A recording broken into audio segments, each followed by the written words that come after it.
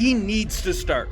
The Toronto Raptors are an absolute dumpster fire right now, probably by design. The tank for 2024, the push to keep our draft pick, that could potentially go to the San Antonio Spurs. It is in full effect right now. The Raptors are on a race to the bottom, but the one bright spot in watching this team and watching these games is seeing young players develop. And while Scotty Barnes definitely didn't have the game of his life by any means tonight, Gradey Dick is proving that he is breaking out in the recent games for the Toronto Raptors to the point where I think he should be starting for this team at least sometime soon. I don't care.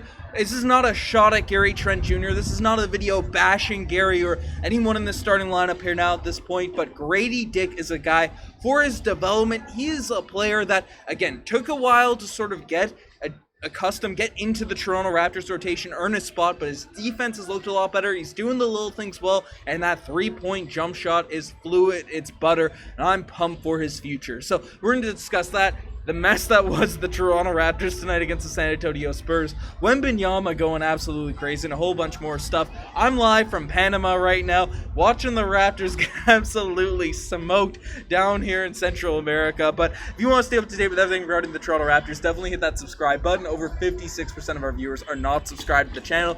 Apologize if the audio is going crazy. There's been some loud banging, a lot of stuff just happening in the background, a lot of noise going on, but I have to make this video. I can't skip out on this for one major reason.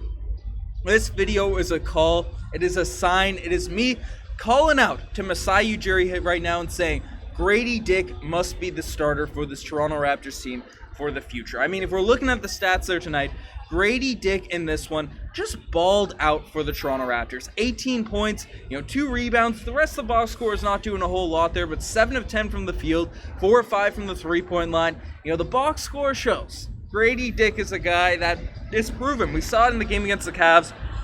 We'll see how it affects winning in the future. We've been losing these games where Gradey Dick is balling out to a whole nother level, but he's proving to be a player with a ton of potential. It's not just the shooting, it's not just the floor spacing, but he's doing other things out there on the court that make him, a player that's not just going to be a one-dimensional floor spacing Matt Thomas. He does things out there on the court which are huge for, tonight didn't do too much for Scotty Barnes, but opens up the floor. Him and Kelly Olynyk off the bench are a really nice duo for this squad, but again, throwing Gradey Dick in that starting lineup, he's going to be able to space things out for Scotty Barnes the entire game, for an RJ Barrett the entire game. Heck, we have Jakob Poeltl in the paint. We're going to discuss him in this video, but it just adds that extra layer of guaranteed sort of shooting to this team. And now, Gary Trent Jr. is a player that, again, wasn't great in this game here tonight. That's the fire animation. We're not pulling that up there tonight for Gary.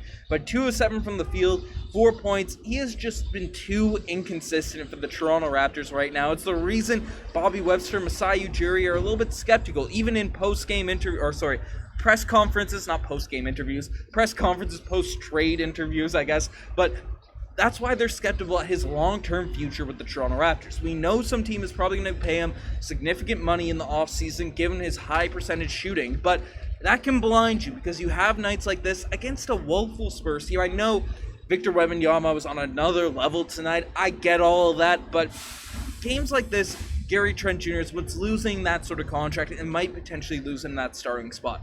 Gradey Dick, you're going to get those inconsistencies. I'm not saying he's a better player just yet, but he's proving why he should be a piece for the future, why he should be a guy that's amongst the Toronto Raptors' long-term plans in terms of development, in terms of everything that's going on with this roster. So, I don't know. I'm calling for Gradey Dick to be inserted in that starting lineup. Make it happen, Masai. Make the development go on, and then we'll see how it all shakes out. Not to throw shade onto Gary Trent Jr. or anything like that, but there's more takeaways from this game, and the downfall of the roller coaster of a season from Jakob Poeltl, and again, the box score doesn't look too bad in this one. 12 points, 6 rebounds, 1 assist, 5 of 10 shooting, but he got absolutely cooked by Victor Wembanyama tonight. Floor spacing, big man, it's just not Jakob Poeltl's sort of best strong suit. It's not what he's best utilized at. It's not the sort of situation where he's thriving. And, people have said that about other big men in the league, so the lack of shooting from Jakob Poeltl, the fact that physically, he's a great positional defender. He's really good at sort of moving his feet and getting to that spot. And with, in terms of the other centers we have on the Toronto Raptors the past 3 years, a major upgrade. But games like this, you see his sort of downfalls, his shortcomings, and his potential for this team in the future. And again, he's a very solid big man. I think his contract is reasonable. I think he's on a good deal.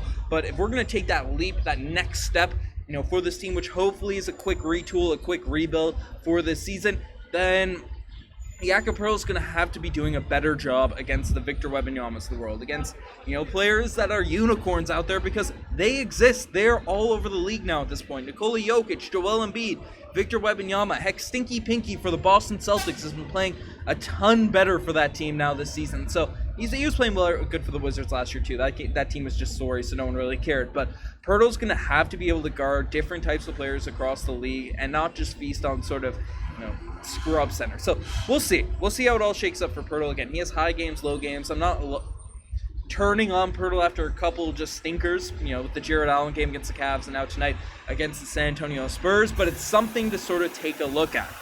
And again, the last thing that I do want to discuss, because I know it's frustrating a lot of Raptors fans, I also want to give a shout out to Kelly Olynyk for having a good game in this one, putting up some solid numbers. Bruce Brown, I thought, was also pretty solid in this game. Didn't do anything too much, but didn't do anything too bad. RJ, again, solid performance. Nothing too crazy. Emmanuel quickly struggled in this one, but I like that he at least kept taking his shots. But Scotty Barnes, leaving the court early, looking a bit checked out. The losing Scotty Barnes, you can see it's getting to him. You can see that this sort of new-look team, losing OG Anunoby, losing this sort of core group, he's learning. He's learning to be a leader of this team. But I'm not turning on Scotty Barnes whatsoever. I'm not saying it's a mistake to give him the reins. We've seen what he's done for the first half of this season. He's been remarkable for this Toronto Raptors group. But it's a learning process for him to grow into that leadership role. But when you see a pattern of behavior, just a pattern of struggles for a guy like Scotty Barnes, particularly on the attitude side, body language, frustrated as that sort of vocal leader for this team now at this point, the guy that's given the number one option, supposed to be handed the reins to this team, it's something that's a little bit discouraging. It's something that, again, I'm not mad at Toronto Raptors fans for being concerned about. I'm not saying it's something we should ignore and say whatever, but I'm not turning on Scotty Barnes at all at this point. Again, he has to grow, he has to improve in these areas, being the leader, the number one option for the team.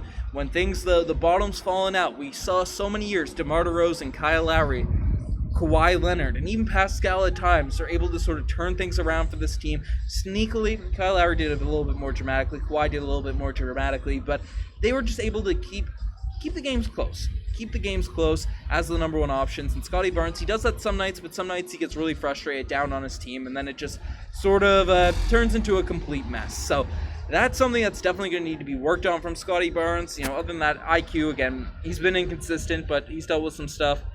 Jordan Nwora off the bench. Jordan Nwora, goodness gracious, 3 minutes, but Jonte Porter's there.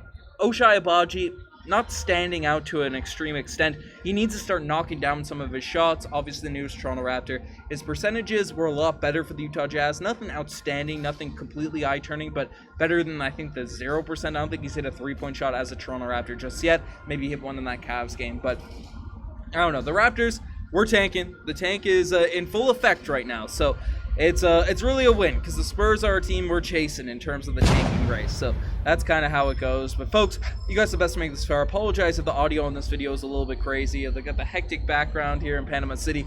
But anyways, you guys are the best. I'm signing out. Cheers.